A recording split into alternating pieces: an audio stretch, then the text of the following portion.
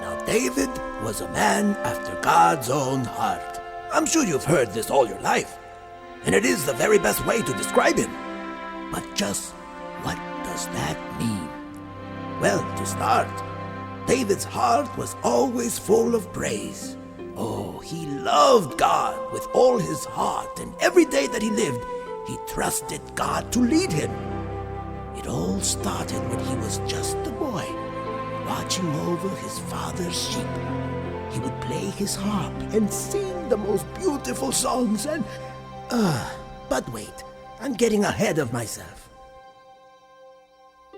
For many years after the time of Moses, judges ruled over the land of Israel. In fact, I was the last of them. But the people didn't want a judge anymore. They wanted a king. Israel's first king was Saul. But Saul violated God's commands, so the Lord sent me to Bethlehem to sacrifice and worship and to anoint a new king. Give thanks to the Lord, call upon his name. Give thanks to the Lord, call upon his name. Give praise to the Lord, glory and praise. Give praise to the Lord, glory and praise.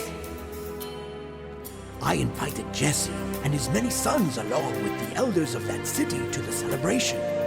When I saw Eliab, the eldest and tallest son, I thought, surely this is the one. But the Lord said, do not consider his appearance. I do not look at the things man looks at. I look at the heart. Declare his glory among the nations. Sing to the Lord, all the earth. Proclaim salvation among the people. Sing to the Lord, praise his name. Praise his name. 7 of Jesse's sons passed by me, and all were rejected. I asked, is this all? Jesse said, no, there is my youngest, David. He is tending the sheep. I sent for him, and when he arrived, the Lord said, this is the one. So I took the horn of oil and anointed him king. And from that day on, the Spirit of the Lord came upon David in power. Ascribe him glory, strength and glory. Glory and strength are due his name. Ascribe him worthy, great and most worthy of our praise. Now let's celebrate. Let the heavens rejoice. I will celebrate. Let the earth be glad. I will celebrate. Let the sea resound. Let the trees sing for joy. We will celebrate. Let the heavens rejoice. We will celebrate. Let the earth be glad. We will celebrate. Let the sea resound. Let the trees sing for joy. David, one day you will be king, but the Lord must reign on the throne. The Lord Almighty reigns. I will celebrate. Let the heavens rejoice. Celebrate. Let the earth be glad. Celebrate. Let the sea resound. Let the trees sing for joy. We will celebrate. Let the heavens rejoice. We will celebrate. Let the sea resound. Let the trees sing for joy. Let the nations be glad. Let the people rejoice. And celebrate. We will celebrate. Celebrate. We will celebrate. Celebrate. After the celebration, David returned to his father's sheep. He was amazed at the special future God had prepared for him and humbled by it as well. In the green hills above Bethlehem, he picked up his small harp, and out of his heart poured a psalm about God being his shepherd and his own commitment to fulfill the destiny to which God had called him. The Lord is my shepherd, my trusted friend and guide. I don't need anything. He's always there. He takes care of me.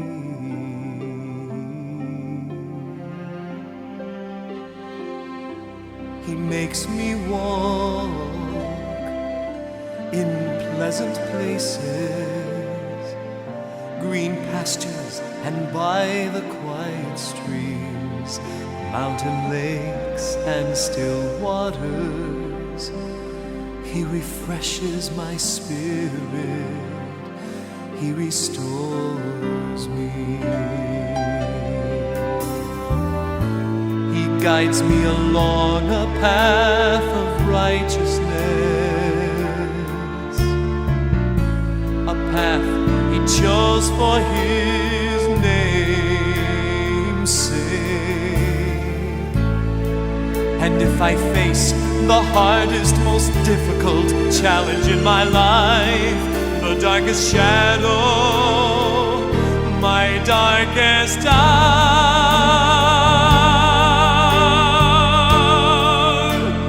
I will not be afraid of anyone. I'll go anywhere because you are with me. I can do anything. Your words and your spirit give me courage, give me comfort, give me strength. You're preparing a wonderful future, a purpose of victory in front of my enemies. People who say I'm sure to fail, who think I'm too weak, not worthy of you. But you have anointed me, given me a destiny, opened my eyes to see you have chosen me. And your blessings and perfect gifts will continually overflow. Surely goodness will follow me, your love will cover my life, and I will always live for you, to be close to you, following you, because all that I am and all that I will ever be is yours forever. I'm yours forever. I am yours.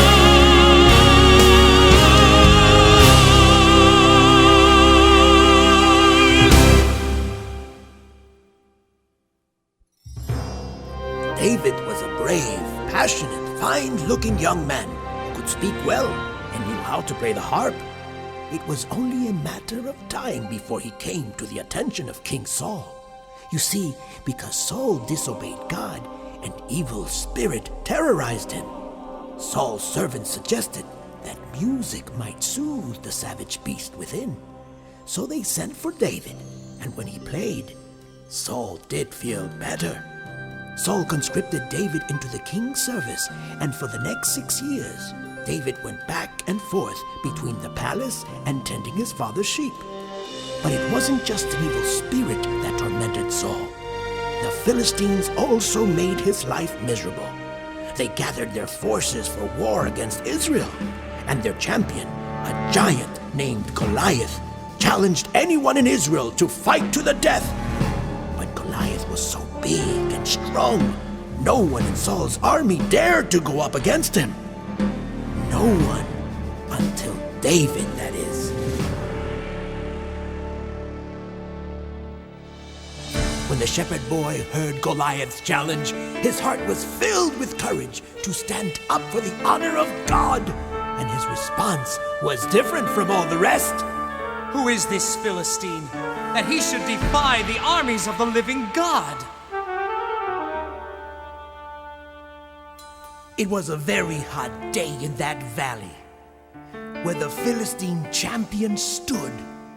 For 40 days in a row, Goliath had terrified them. For Saul and Israel, things weren't looking very good. Over 9 feet tall, clothed in armor, as big and deadly as they come. With his weapons in his hands and a challenge in his voice, he made the men in Israel's army turn and run.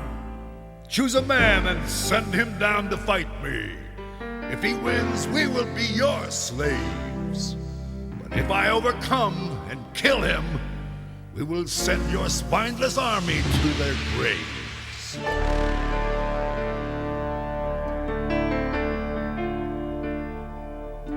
Well, it was morning and the armies faced each other. As the shepherd boy came close so he could hear, he saw the army run before Goliath and felt a courage welling up that had no fear. And then he just couldn't stand it any longer as the giant cursed and flashed his sword.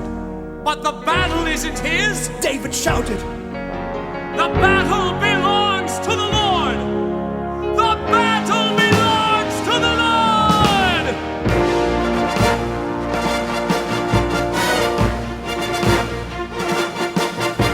Those words rumbled down through the front lines and on to the ears of the king. They brought him in, and David stood before him.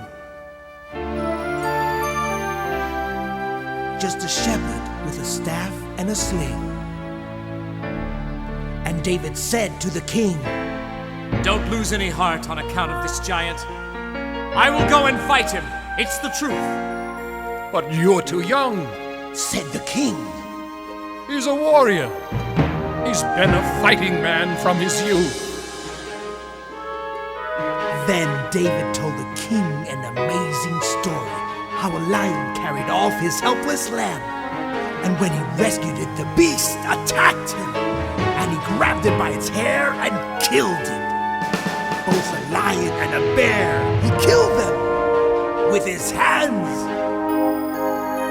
Well, then the king dressed the youth in his own tunic, a coat of armor with a helmet and a sword. But David couldn't move with all that weight on, so he went out in just the power of the Lord.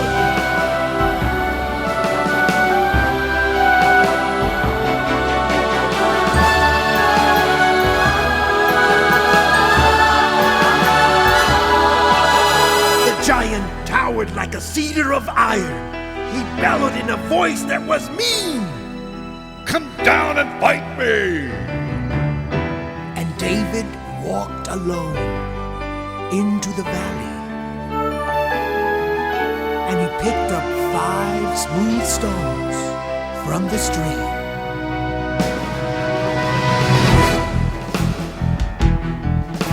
Behind his shield, Goliath came in closer. Am I a dog that you come with sticks and stones? By the gods of the Philistines, I curse you. I'll give the beasts and birds your flesh and bones. And then in the strength of the Almighty, David said, I'll strike you down instead, and all the world will know there is a God in Israel. I'll take your sword and cut off your head. Then suddenly the giant attacked him, and David's sling went round and round and round and round. He slung a stone that sank into the giant's forehead, and Goliath toppled forward to the ground.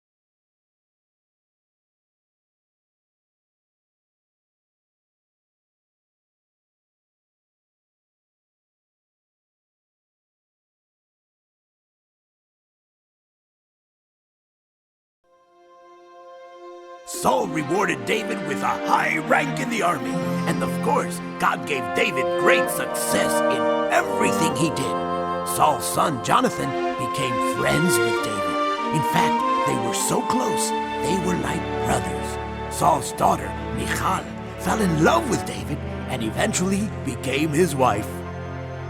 But Saul became jealous of David's success. He was afraid David would take over his kingdom, so he plotted to kill him. Once he even hurled a spear at David, trying to pin him against the wall while he played the harp.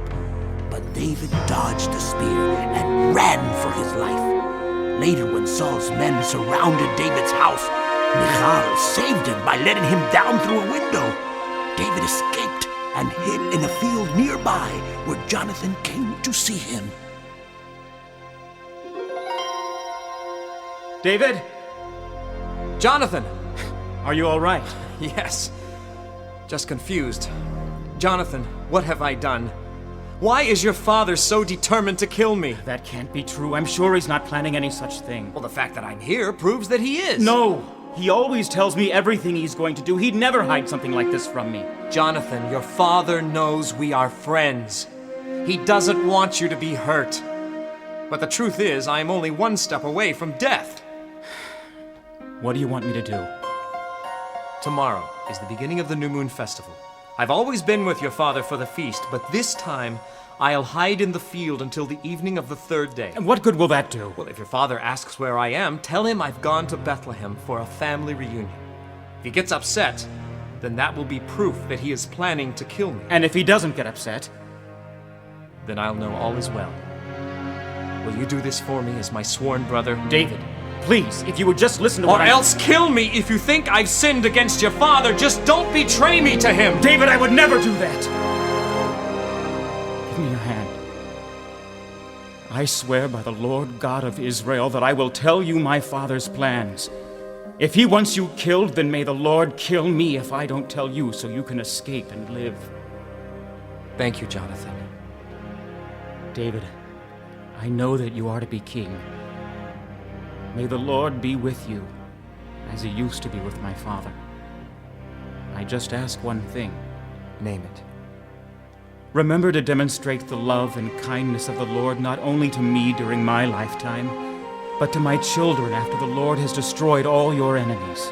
May I be cursed forever if I do not. No, do not swear by curses. Swear by your love for me as a true friend.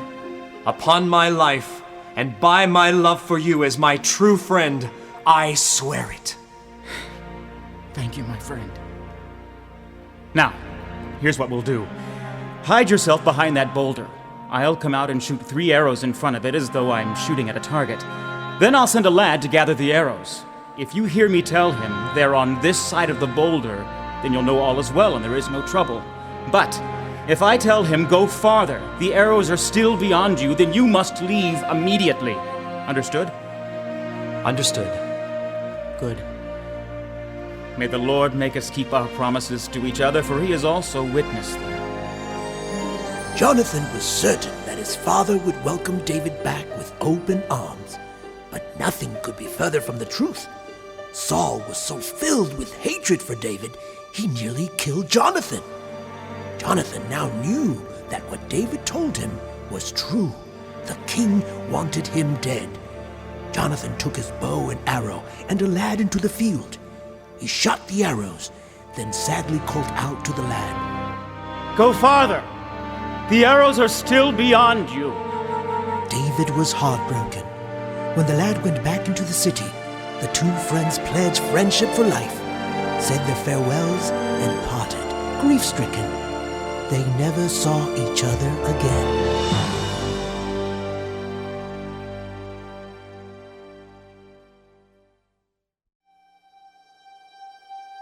For the next 7 years, David lived as a fugitive in the Judean hills. He was soon joined by other fugitives, 600 of them, who asked David to lead them. They were David's mighty men, the core of his army, whose valor, courage, and strength were unsurpassed. David and his small army narrowly escaped Saul's great army many times. God protected David and even delivered Saul into his hands twice. Both times, David's men urged him to kill the king, but he refused. I will not lift my hand against the Lord's anointed. During this time, I went to rest with my fathers, and the Philistines gathered their forces for war against Israel. Saul was afraid and prayed to the Lord for protection and guidance. But the Spirit of the Lord had departed from Saul, and he had no answer. So in desperation, Saul tried something else. Find me a woman who can consult the spirits. Maybe she can get an answer for me. I know of such a woman, sire. A witch who lives nearby in Endor. But she may not want to help you, because you have banished her kind from Israel, and have threatened them with death. Then I'll wear a disguise. I need to know. So Saul disguised himself, and with 2 of his servants went to the witch by night. What do you want? Cast your spells. Awaken the person I named. Don't you know the law? What King Saul has decreed? He has cut off mediums and spiritists from the land. Are you trying to trap me and bring about my death? As the Lord lives, no punishment shall come upon you. Just do as I ask, please. Whom shall I conjure for you? Samuel. I want Samuel.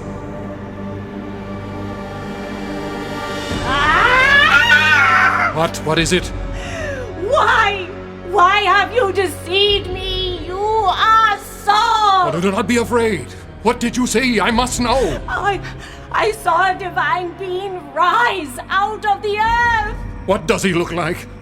He is an old man, covered with a mantle. It is Samuel. Saul, why have you awakened me?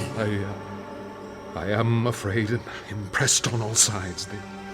The Philistines make war against me, and God has departed from me and no longer answers me, no matter how I call upon him. So I have summoned you so you can make known to me what I must do. Why do you ask me? Since the Lord has become your enemy, he has done to you as he told you he would through me. Because you disobeyed him, he has torn the kingdom from your hand and given it to David. No. Moreover, the Lord will also deliver you and all Israel into the hands of the Philistines. By this time tomorrow, you and your sons will be with me. No!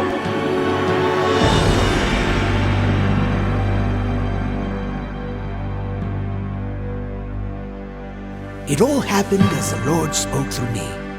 The next day at the great battle on Mount Gilboa, the Philistines wounded Saul and killed 3 of his sons, including Jonathan.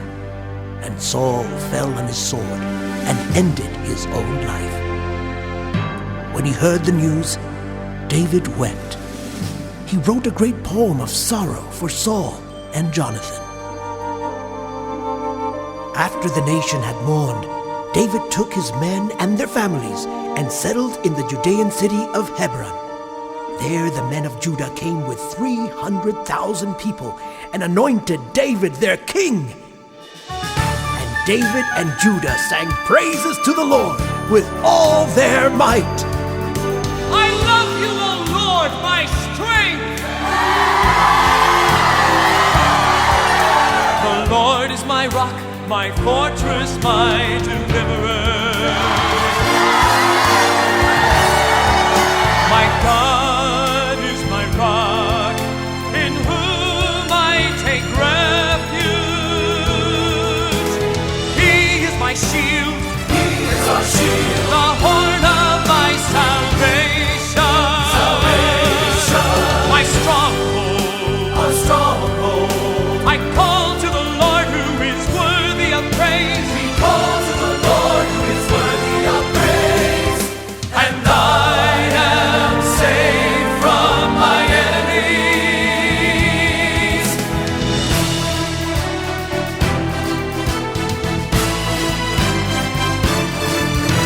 The clouds of death entangled me, destruction overwhelmed me, the grave coiled around me, the snares of death confronted me. In my distress, I call to the Lord, I call to the Lord, I call to the Lord for help!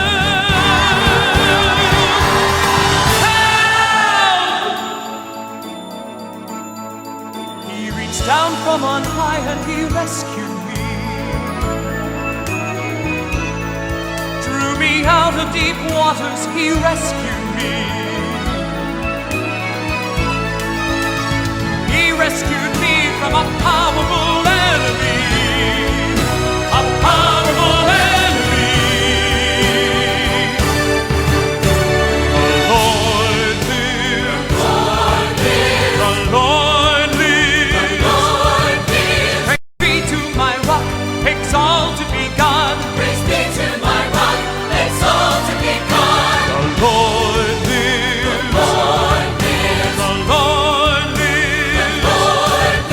Sing praise to your name, I praise you among the nations. Sing praise to your name, We praise you among the nations.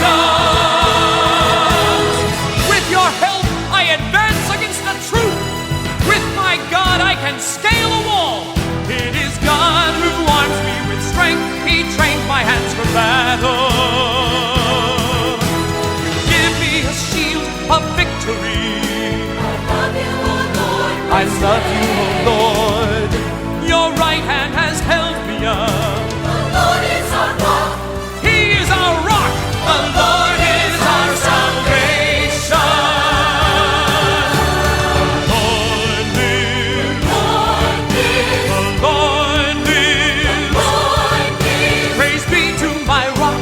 Exalted be God. Praise be to my rock, exalted be God. The Lord lives. Lord lives, The Lord lives. Lord lives. Sing praise to your name. I praise you among the nations. Sing praise to your name. We praise you among the nations. The Lord lives. The Lord lives. The Lord lives. The Lord lives. Praise be to my rock, exalted be God. Sing praise to your name, exalted be God. We praise you among the nations. The Lord lives. The Lord lives. The Lord lives. The Lord lives. Praise be to my rock, exalted be God. Sing praise to your name, exalted be God. We praise you among the nations. We praise you among the nations. The Lord lives. The Lord lives. The Lord lives. The Lord our God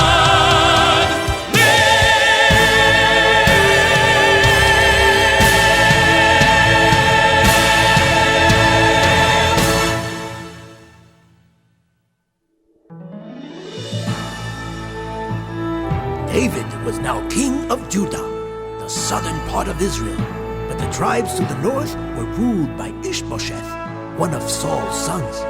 For 7 years there was a civil war in Israel until finally both the king and Abner, his great general, were killed.